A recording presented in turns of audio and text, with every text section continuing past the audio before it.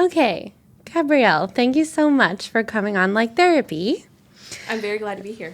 Thank you. Okay, so you are a registered dietitian specializing in eating disorders and anyone who wants to get out of the diet cycle and just communicate with their body in a more helpful way. Yep. That's right. So, as I was looking through your website, just getting ready for today, it struck me that one of the things we probably both have a lot in common and do a lot of work around is guilt, shame, judgment, embarrassment. So, just to cannonball right in there, Yeah. tell us more about, when you see that show up, what are your favorite ways of working with it?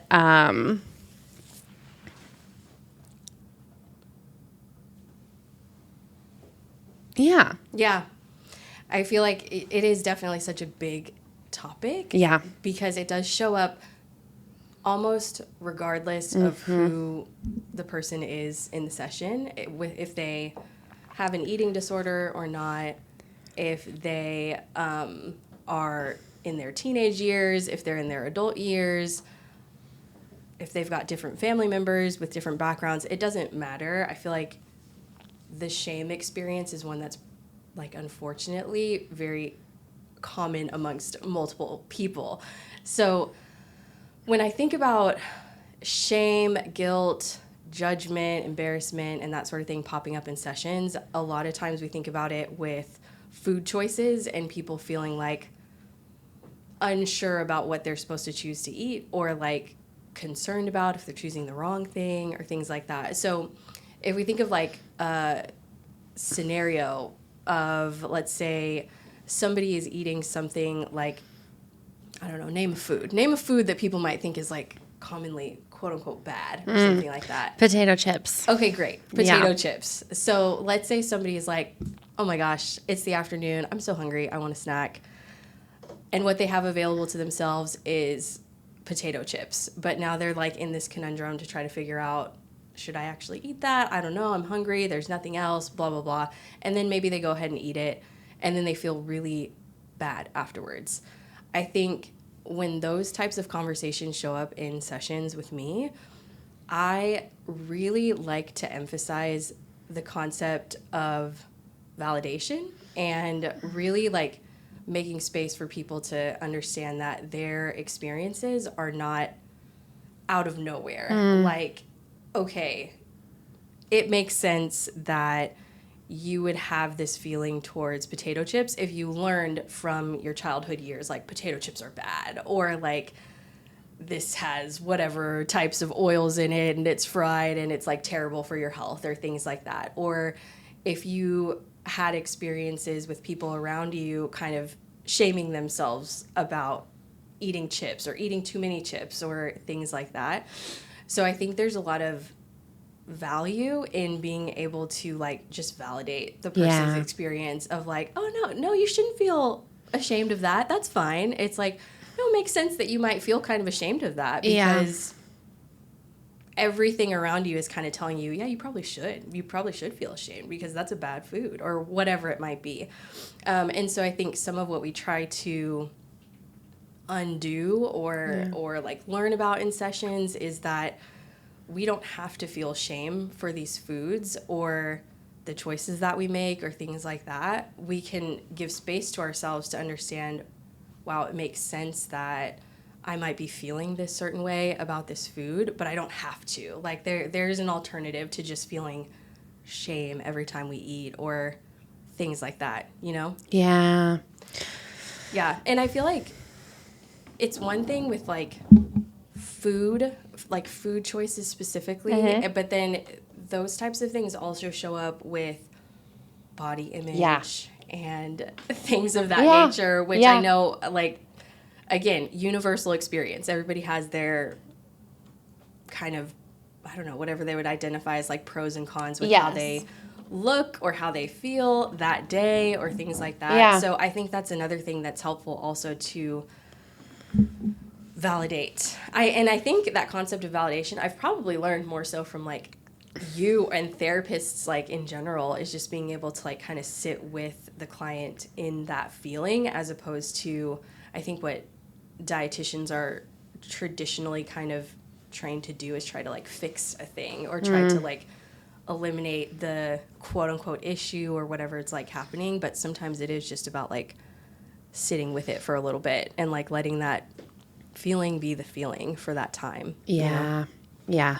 Like really being kind of going, going down and meeting them there, and that feeling kind of not. I think that power of validation is a couple of things. Like one, it's like not only normalizing the feeling, but also saying, I'm also not afraid of this feeling. I'm not afraid of being in it with you and of not fixing it. And then we can kind of build the bridge up to how do we, move forward from it or let it go or try to choose something else. Yeah, I would say I do,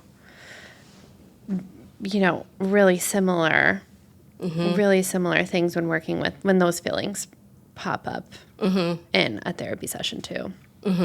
Well, and I think you're so right about it's one of those things where it's about the food, but it's also not about the food. And it's about body image, but it's also not about body image. And so you're almost always working with like a parallel thing. You're talking about one thing, but then hopefully with the validation, you're working with several others at the same time. Yeah, and I think it's another part to come in that is like, okay, being able to validate the experience is important, yes. And there's also the part that is, hey, you might need, some people in some circumstances might need exposure to whatever the thing is that is causing them those feelings of shame and guilt and embarrassment. So again, if we go back to the idea of potato chips, we can't necessarily expect that we're going to start feeling differently about potato chips if we just never eat potato chips ever, or we just like always avoid any situation that has them and stuff like that. So I think there's a practical aspect to being able to get yourself kind of accustomed to certain things. Not to say that everybody has to feel totally comfortable with every food ever, but if there are some foods that are super practical for somebody's life or very meaningful in some ways, but they're still causing them this sense of guilt and shame, getting exposure to those things can be really helpful. And then practicing kind of like pushing back against some of those shameful thoughts or those like just automatic thoughts that pop up. I think everybody has those thoughts that you don't have to try to think them. They just pop up. And sometimes we need a little bit of time and practice to be able to push back against them and come up with some alternative thoughts or some more neutral thoughts or things like that, Yeah. I feel like that word neutral made me think about how much of what you think is going to happen, when you start doing any of this type of work is like sort of moving from negative to positive, but there's actually so much in between that, and that neutrality can often be an even more helpful feeling than even positivity. Both with body image, with food, and even with just the process in and of itself. Like, even if it doesn't feel great or positive, like it actually might still be helpful. That was one of the things in one of my therapy trainings that struck me the most, is moving away from what's true or not true into what's helpful or not helpful. And I would imagine you work with that a lot too. For sure. Yeah. I think that makes a ton of sense. To be able to identify things as helpful or unhelpful is a very practical part of, eating disorder recovery and thinking about even the differences between recovery at large for people in general can look so many different ways. And if we kind of put people in a box of like, this is how recovery is supposed to look, or these are the steps to get there, or this is what you need to do in order to get to this place or whatever, we do a disservice, I think, to a lot of people because it's so individualized and it's so particular to that person. And so having that standard of like helpful and unhelpful, like one thing could be helpful for one client and it could be unhelpful for another client. So being able to have that standard, have some flexibility makes a lot of sense for sure. Yeah. Yeah.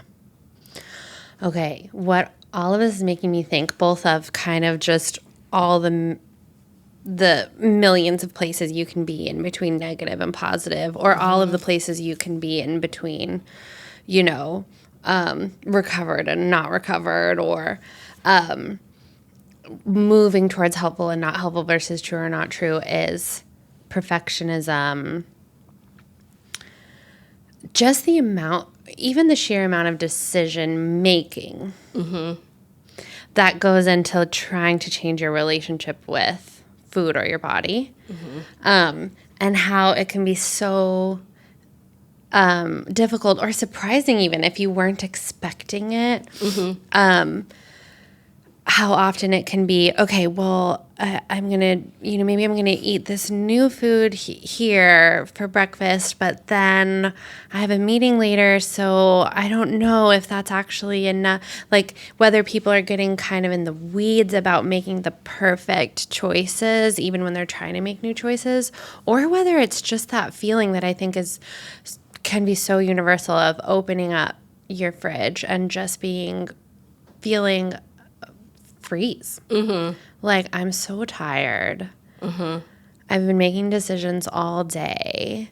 So I think, and say more about this, because I think it comes up in different ways. Like, it's not, again, it's like about the food, but not about the food. It's not only about, oh, what's the perfect meal or when do I have it, but it's also like that idea of it's got to be delicious or it's nothing. Or, you know, it's got to be right now, or it's got to be in 5 hours. So just tell me, how do you work with that, and how do you see it show up, and what does that bring up for you?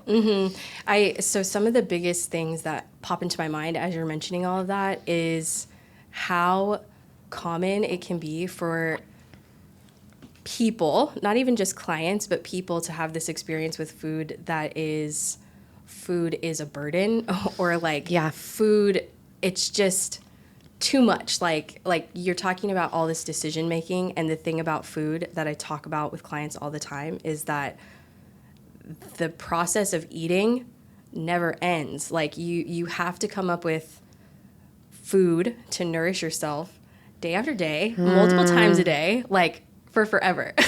And so like, well, even hearing you say that right now, I feel a reaction, right? Like it's something we know, but it's not something we lowercase k know it. We don't capital K know it. Yeah. So it's like when you're in the midst of your eating disorder recovery and you're trying to like figure out, you may have some support. Hopefully you have some support by way of therapist and dietitian and whomever else on your team.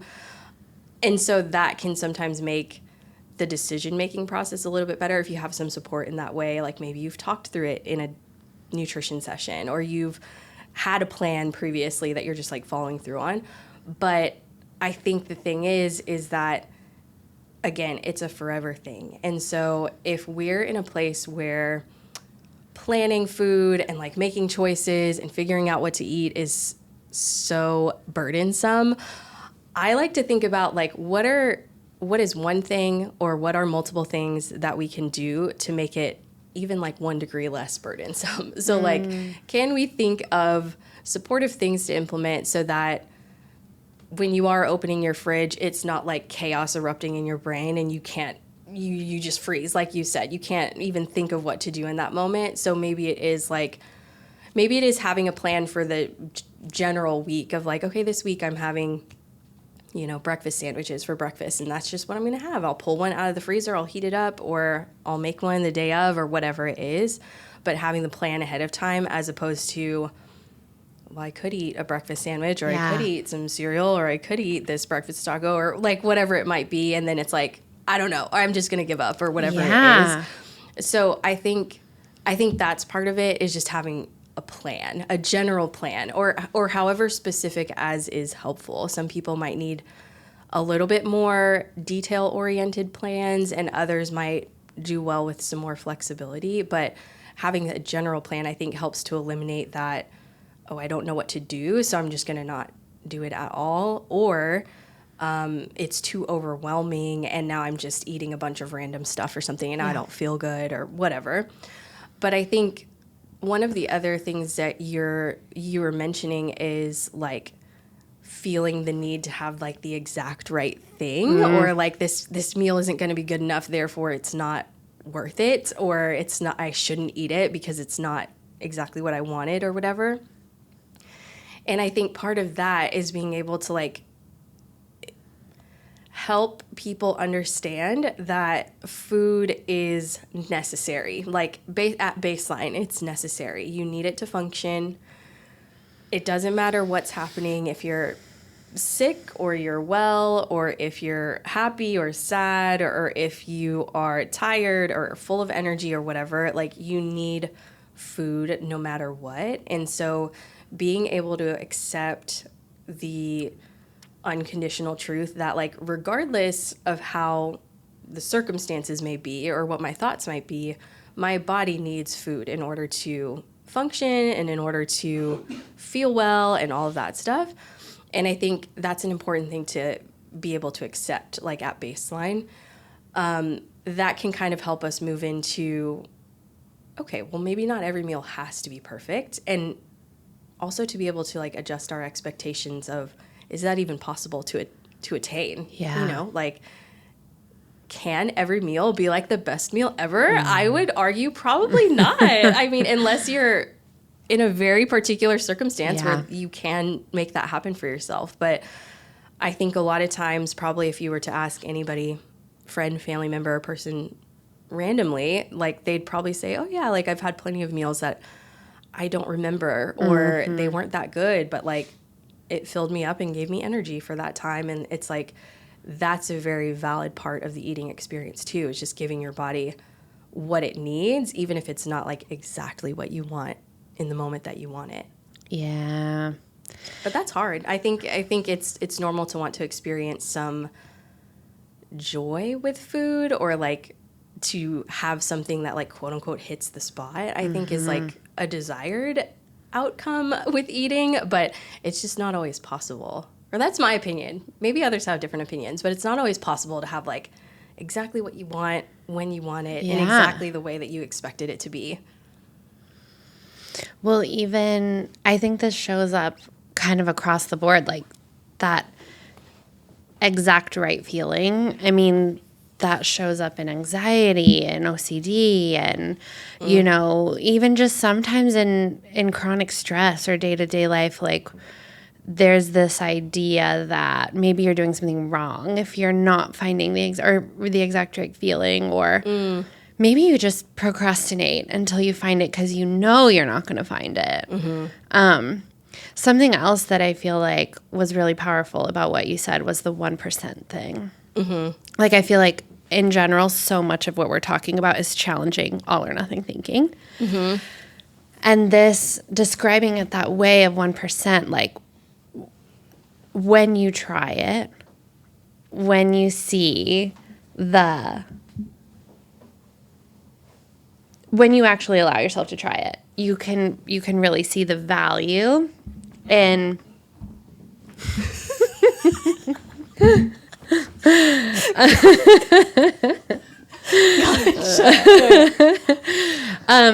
no, actually, that's probably good. I was already stumbling. Oh my gosh. Oh my gosh. This is time for us to say, Blair. Oh my goodness. Robert, we gotta just make it challenging for you, you know?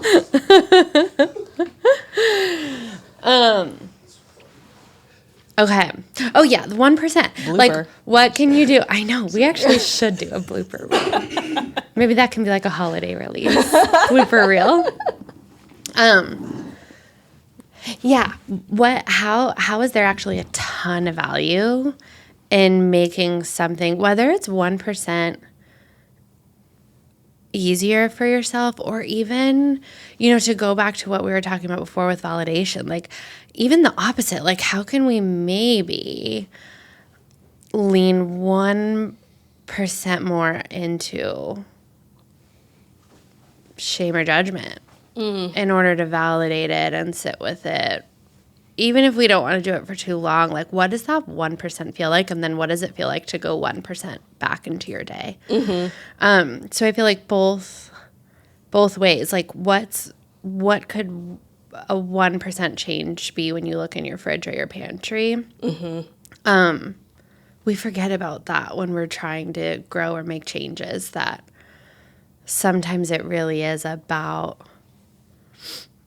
a small shift, and not only what happens with the shift, but what happens within you when you have decided to try that, even though your brain might be screaming at you like, I want more than 1% change. Right. I think that's the biggest thing, is that it's like, it's uncomfortable to, like 1% or 1 degree is so small. I think a lot of times when we think about it, it feels so small. And I think lots of people have that same feeling of like, oh, well, that, like, what's that going to do? Like 1%.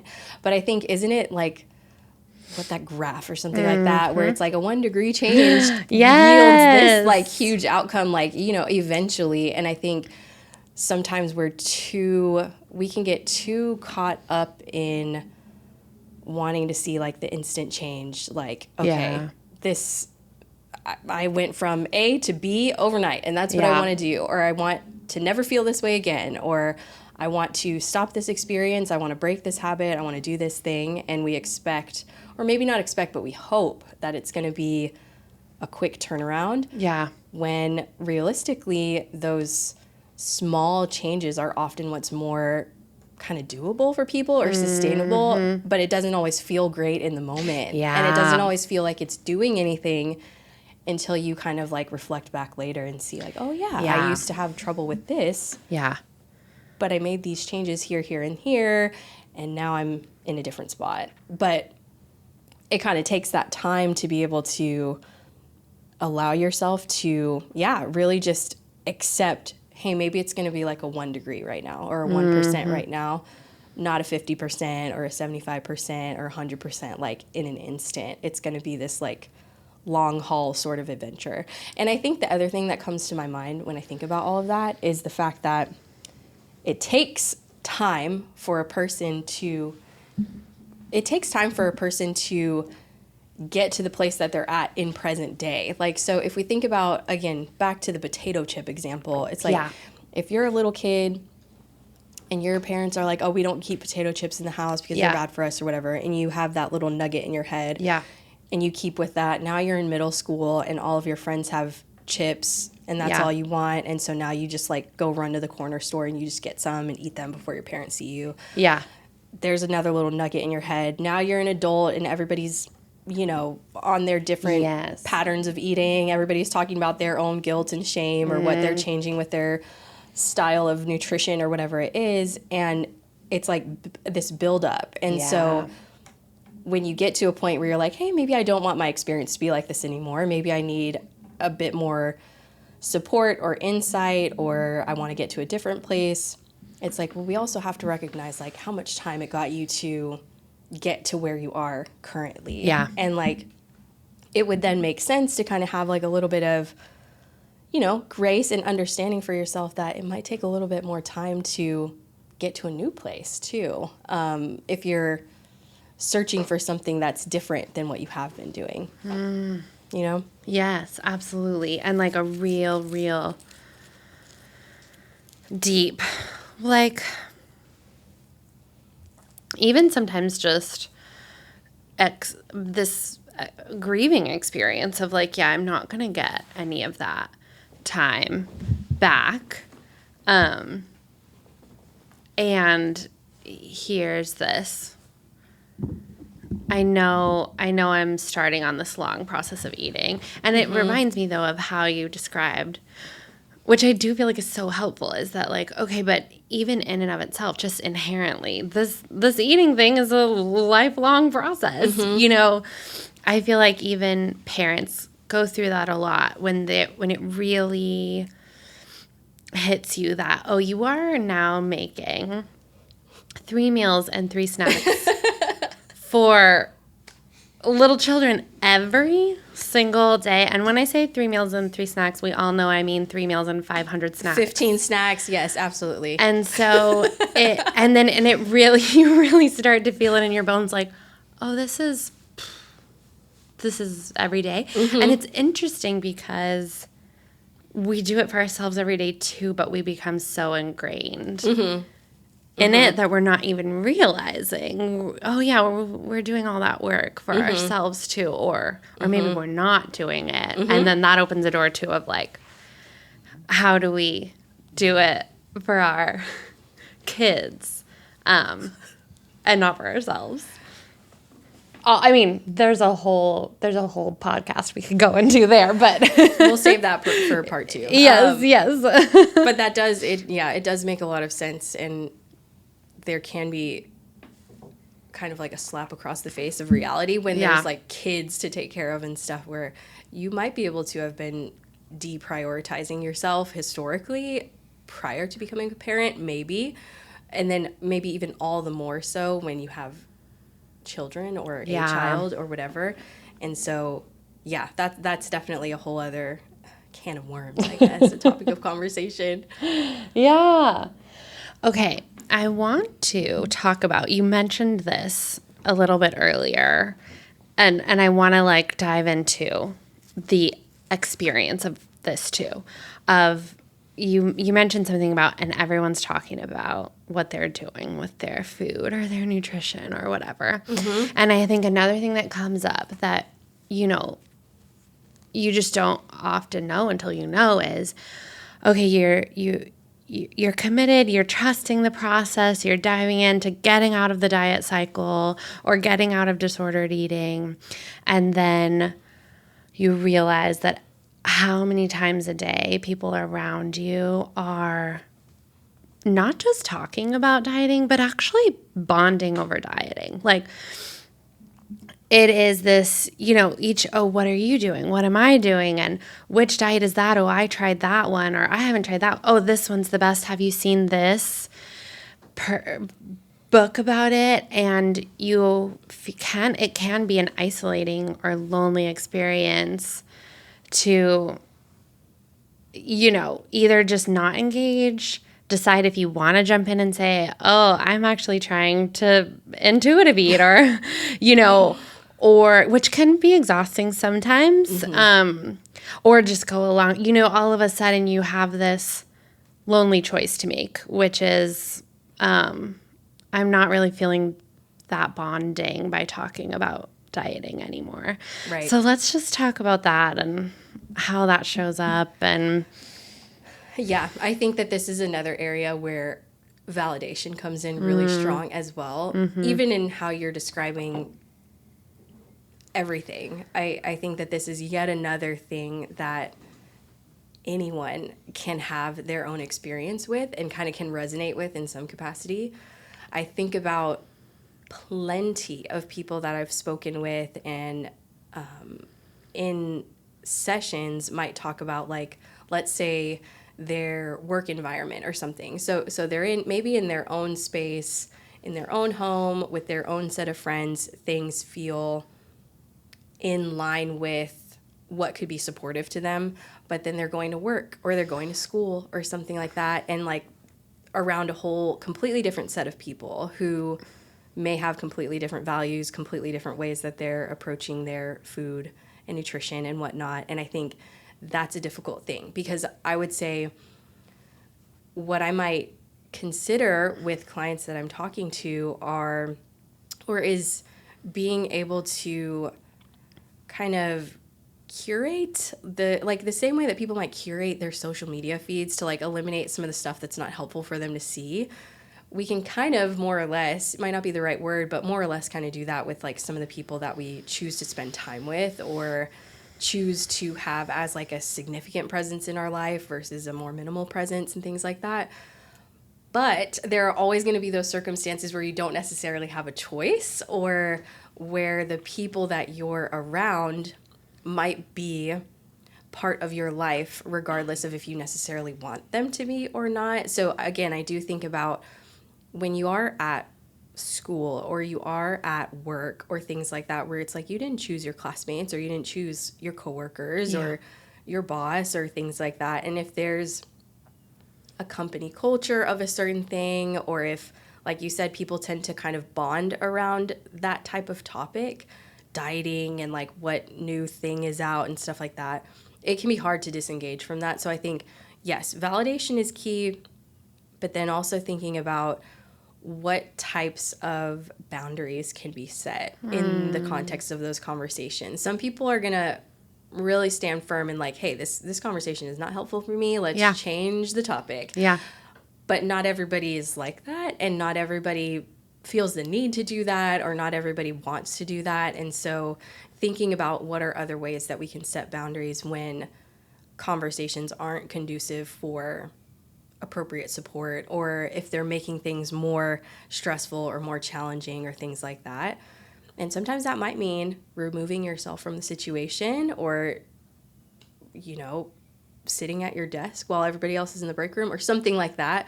But I think that goes into what you're describing of like that isolating feeling where it's like, oh my gosh, well, look at me. Like, and now I'm all alone, or nobody else understands what I'm doing. And I think being able to have those safer places elsewhere is probably one of the best things that could be done. So if you're going from work where everybody or many people are talking about their diets, and then you're going home and everybody at home or all of your friends or close family members or something are also talking about their diets, then it's kind of like, well, where do you go? Like, where is there? Yeah. And I think sometimes people can feel that experience, and maybe their safest places are their therapists or their dietitians or things like that.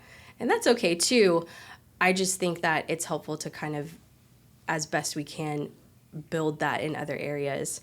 And it could be like support groups. It could be maybe your friend who you really connect with has other friends that you don't know yet, and y'all think along the same wavelengths or things like that. But I really think the things that it comes down to is like, we as providers being able to offer validation for the experience of like, this is tough. This is tough, and it's hard to feel like you're swimming upstream and that everybody else is doing something different. And then also considering like, how can we set boundaries and how can we implement things that are actually supportive for you in this moment in time. And things might change over time too, as far as like our ability to tolerate that type of chatter around us and stuff like that. Yeah. Well, and like, I like how you described that process of, you know, the boundary setting, because it can be, again, sort of personalized, and like, what do you feel most comfortable with? What situation do you feel most comfortable in? And then even when you can do it, how might that discomfort then actually maybe even lead to a deepening of the friendship? Because if you just say like, oh, hey, I don't want to talk about that. Let's talk about, you know, whatever. Puppies. Yes. Like the, you know, should I get a puppy or not? Like, could there actually be eventually, maybe it's clunky at first, but is there eventually actually a deepening of the friendship? Because then you can actually bond over, you know, being a pet owner or whatever it may be. You know, and one other thing that pops into my mind too is that other people may very well be thinking the same things. Yeah. They might also be tired of talking about, oh, you know, did you hear about fasting, whatever, right. You know? Yeah, and it's just, sometimes it does just take one person to be like, you know what, let's not have this as our conversation or our focal point, like every time we're talking, and somebody else might be like, actually, yeah, like I don't like this either, you know? Yeah. But I think that because of the fact that it is so common and it's so almost like predictable, like you can kind of come to expect conversations like that to come up most of the time, I think people can kind of end up just passively accepting it as like, oh, this is just the way things are, like, oh, well.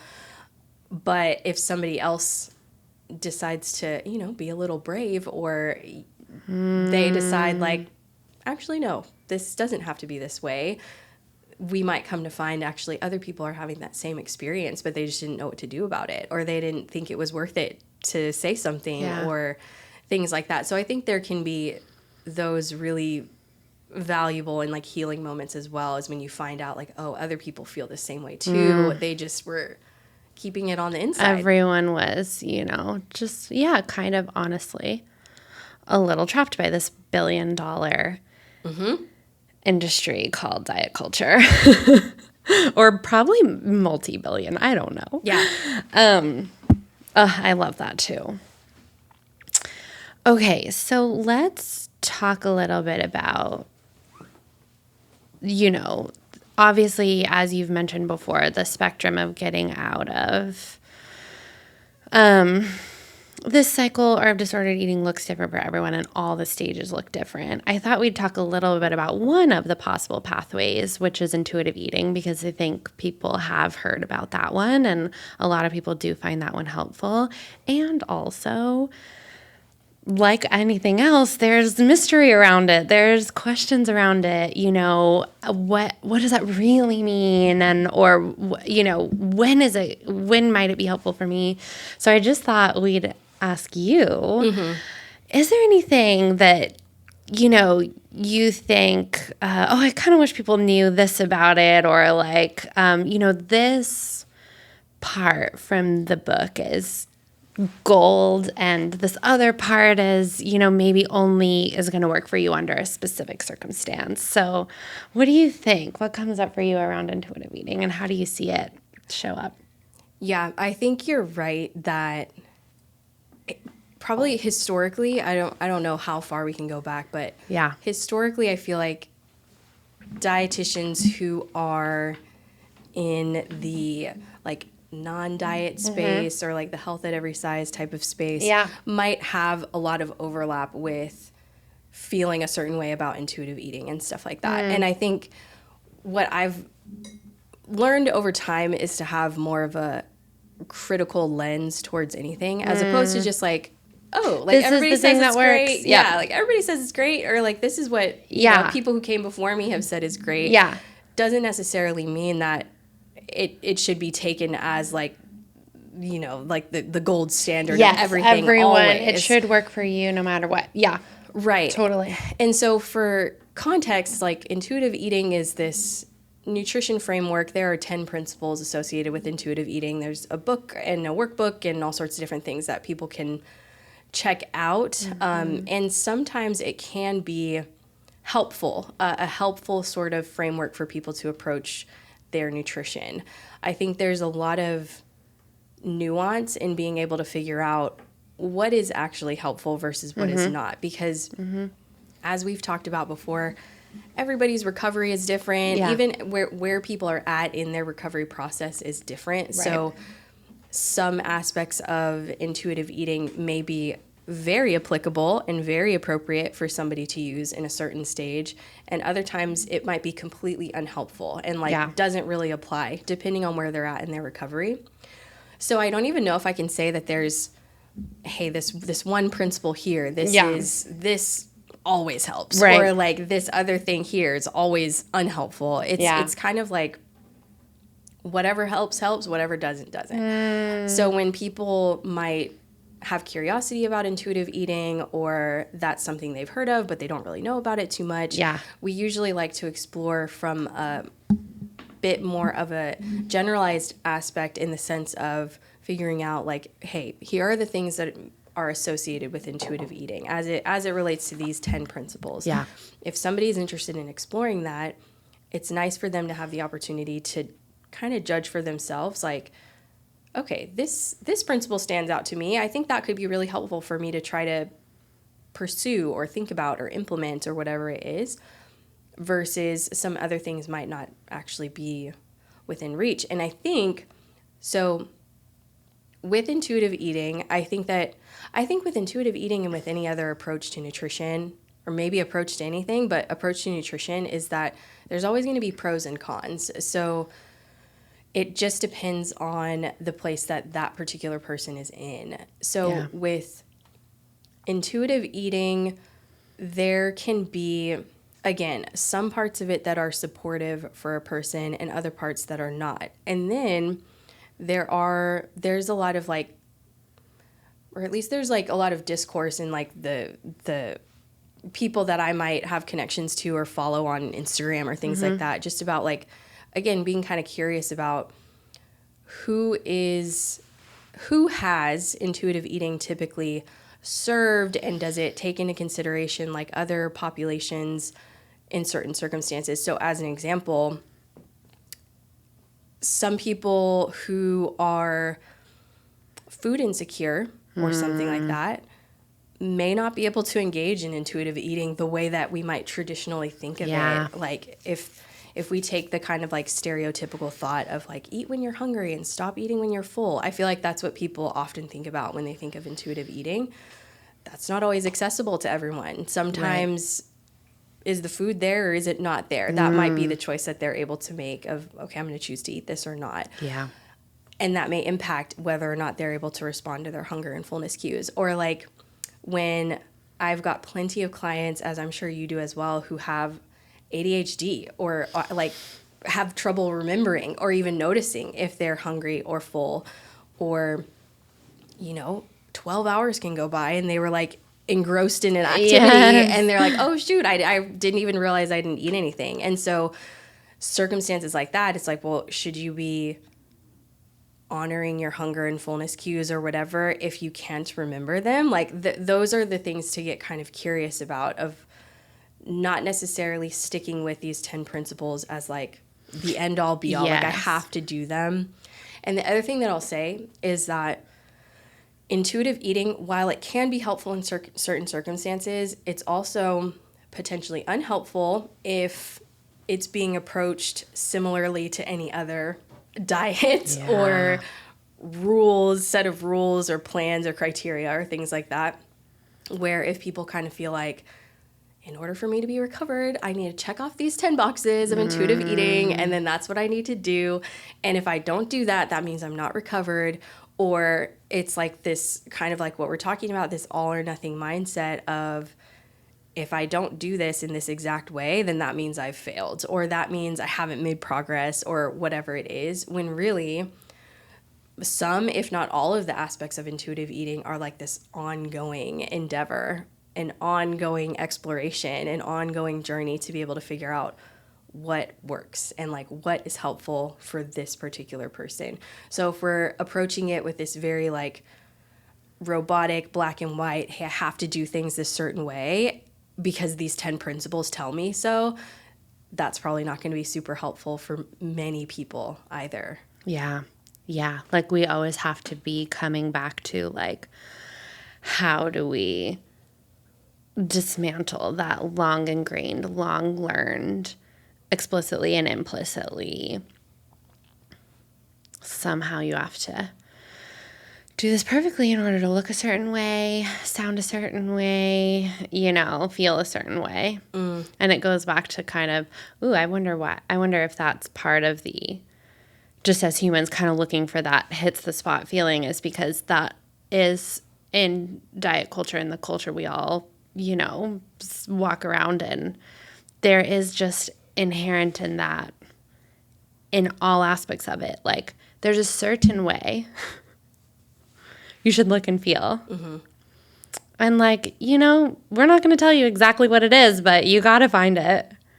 And so always kind of checking back in with like, are we, even if we're checking boxes, are we back inside the framework without even realizing it, which can totally happen. Yeah, and I think, again, with intuitive eating, as with any other kind of approach or framework, it is, I really do feel like it's a matter of again, taking what works for you and Yeah. just leaving behind what doesn't. And like, that's an okay thing. And I think even that in and of itself helps to challenge some of that all or nothing type of mindset, because if there's a book that outlines these steps or these principles, even if it's not intuitive eating, if it's something else, but there's a list of things, I think it's very natural and normal for our minds to go with like, oh, well, surely this is the way. Like, surely I must be following this, and then I'll achieve whatever result, if that's recovery or if that's a health outcome or if that's whatever. I think that people can kind of get glued into like, well, this is the list, this is what it says. But I think a lot of benefit can happen when we release ourselves from those very specific sort of criteria and allow it to just kind of come in however much is beneficial to us, as opposed to like just being super rigid about it. Yeah. Yeah. Always flexibility. And I love how you said, you know, what works and what doesn't. Like, I almost wish that was the title of a book. Probably wouldn't sell very well. That's the problem, right? Like, telling people that most of this, you know, what is that chart that says, you know, 75% of even our personal health is outside of our control. Mm-hmm. Well, that exists. The research is solid, and no one's selling it because that doesn't make as much money as pretending that it's 100% in our control does. Yeah, and yet another thing that it's kind of like validation is key yet again, because it's normal for people to want answers. It's normal for people to want guidance or to want clear steps of like, okay, dietitian, like just tell me what to do. Okay, therapist, tell me what to do so that I'm out of this discomfort or I'm out of this distress or whatever it is that they're dealing with. Yeah. And it's like, very normal. Like, I want that too. I want that too. But it doesn't always work that way. It doesn't always work where we have an outlined set of steps. And I think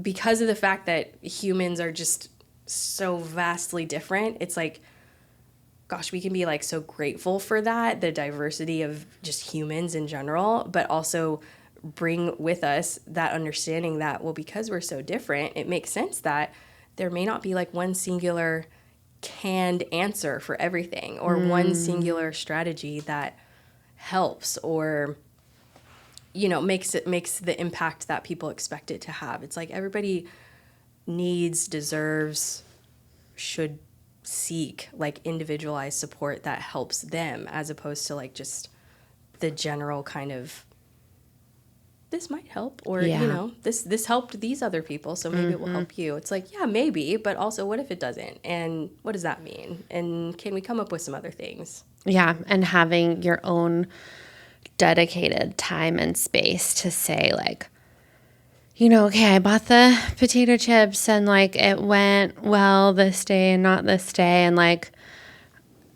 everyone deserves, hopefully can have that space to just have feelings about that too. And yeah, spend an hour talking about that, or spend 30 minutes talking about that.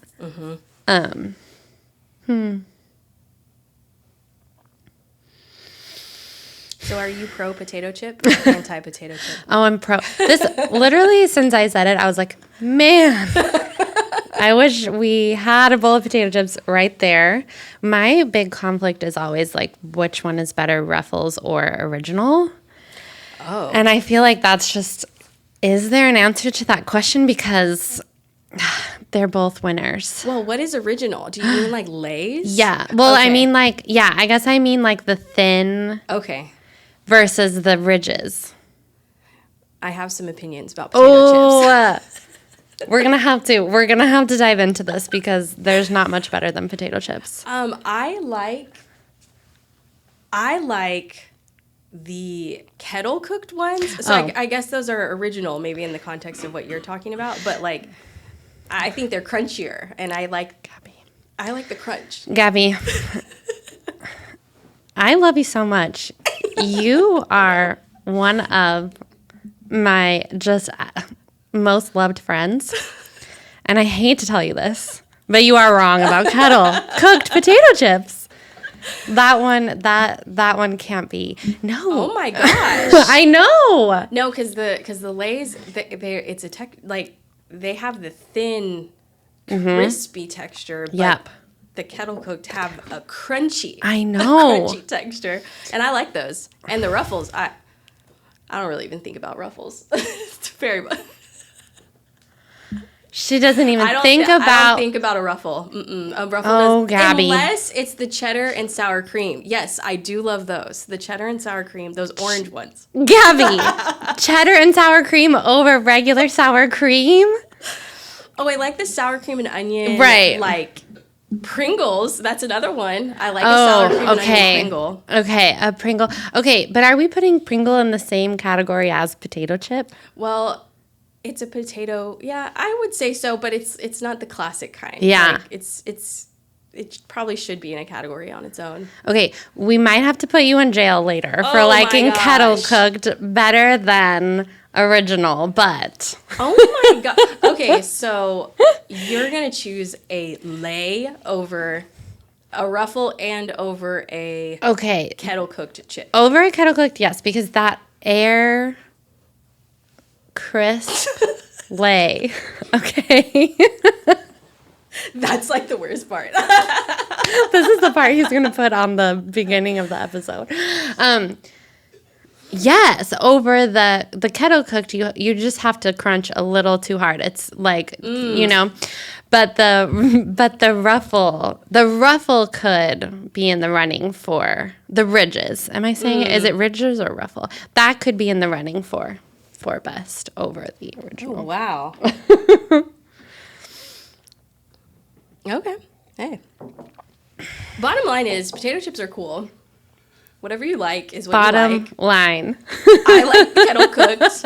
A Zaps, maybe. Zaps, whatever that brand is. Those are kettle cooked, I think. Oh, I might have to Zaps back like up the then. Is that the barbecue. one that has the They're like New Orleans New based. Orleans Yeah. style? What's that one? Voodoo flavor. Yes. Mm-hmm. Yes. Okay. Well, I have to take back my whole stance then because those are delicious. Like, because I think there's a kettle brand, like kettle brand, or Yeah. like kettle cooked brand, Yeah. or something like that. But I think kettle cooked is a style of chip. Yeah. Yeah. So, like a Zapp's potato chip, yeah, it has that crunch. yeah. I'm trying to think of what else. But yes, I would generally prefer those definitely over a Lay. I would never eat I would never eat the Lays. Like, I never think of those to You eat. would never Yes. eat a Lay's. Oh my gosh. Okay. But the cheddar and sour cream Ruffles are cool. So we just decided to wait to the end for the drama. But that's okay. I'm glad we're getting into the real hard-hitting issues. Yes, this was the most important thing that we've talked about this entire time, obviously.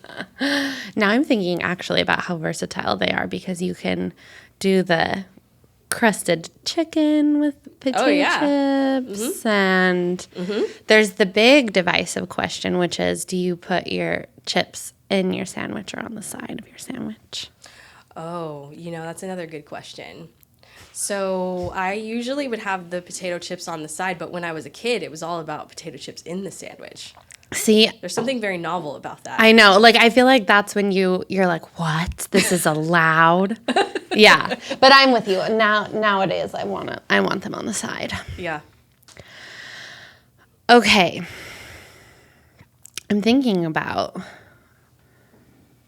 while I have you here, you might be tired of answering this question, so tell me if you are. But I I'm kind ready of to want to go. spend a few last of our minutes on this concept of how do we accept, reconcile with this knowledge that we know that, like, tons of this is just out of our control. I'll have to try to find that pie chart I'm thinking of that, they found where they did, okay, like, actually, 30% is controlled by this and this and this. And, like, Yeah. even our own personal health is just completely out of our control. So it's a lot of work in just radical acceptance. acceptance of loss, maybe letting go, maybe discomfort of not knowing what to do with that information. And I know you probably talk about this all day long and every day. So you can tell me if you're like, okay. No, I think it is a conversation that can happen all day long, every day, because it's such a significant part of the human experience, I guess, is being able to kind of reconcile these facts. And I think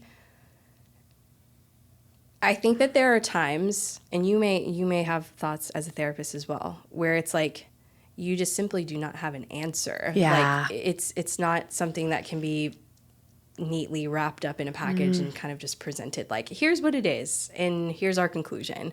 Some of it is just like, wow, this is hard. And that's kind of all we can really say about it right now. And that's tough. And I think that that's why there can be such value in just being able to like acknowledge that for what it is. Because I think if we're sitting with these really uncomfortable feelings that we're just kind of keeping on the inside, or these thoughts, or again, back to the guilt and shame and stuff, if it's just stewing on the inside, and we're trying to deny it, or we're trying to act as if it's not there, or if we're like, oh, it's not that bad, but it actually is that bad, it doesn't help anything. So being able to have time, space dedicated to just acknowledging like, wow, this is really hard, or I wish it wasn't like the way that it is right now. I want things to be different, or whatever it is, like regarding any topic. If it's like,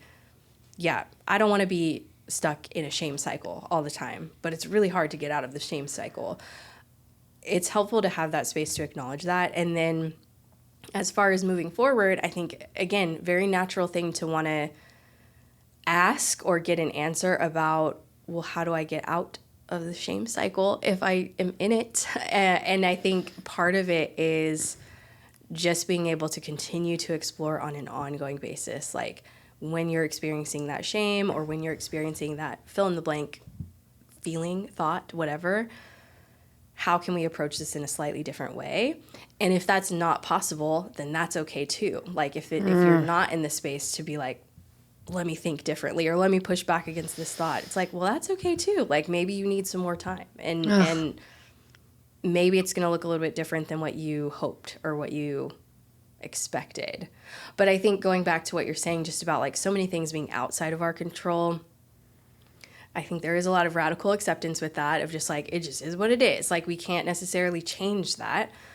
But if somebody is wanting something more actionable, then we can think about, well, what are the things that we could possibly like have some impact on, or that we could possibly do that could be helpful or life-giving, or whatever it might be, and focusing more of our energy on, well, this is possible for me, X, Y, and Z is possible for me to do, versus here's this, 75% of whatever that I have no control over that makes me just extra stressed out and whatnot. Like I feel like focusing on the things that are possible to do probably is a useful thing for people to think about.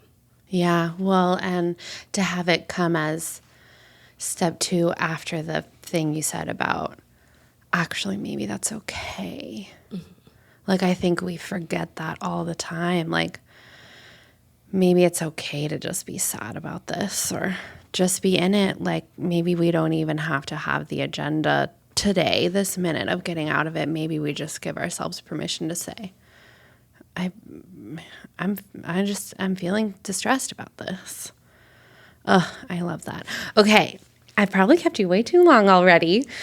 So thank you so much for being here today. Episode 2 about mom life. Yes, that's season 2. You're coming back, and we're going to talk about all of this through the lens of feeding someone else. Just get more veggie straws. That's the answer. Veggie sticks. The ones with the Elmo on the front. Oh, we've never had those. Oh, don't get them, because you will have to, get them every time.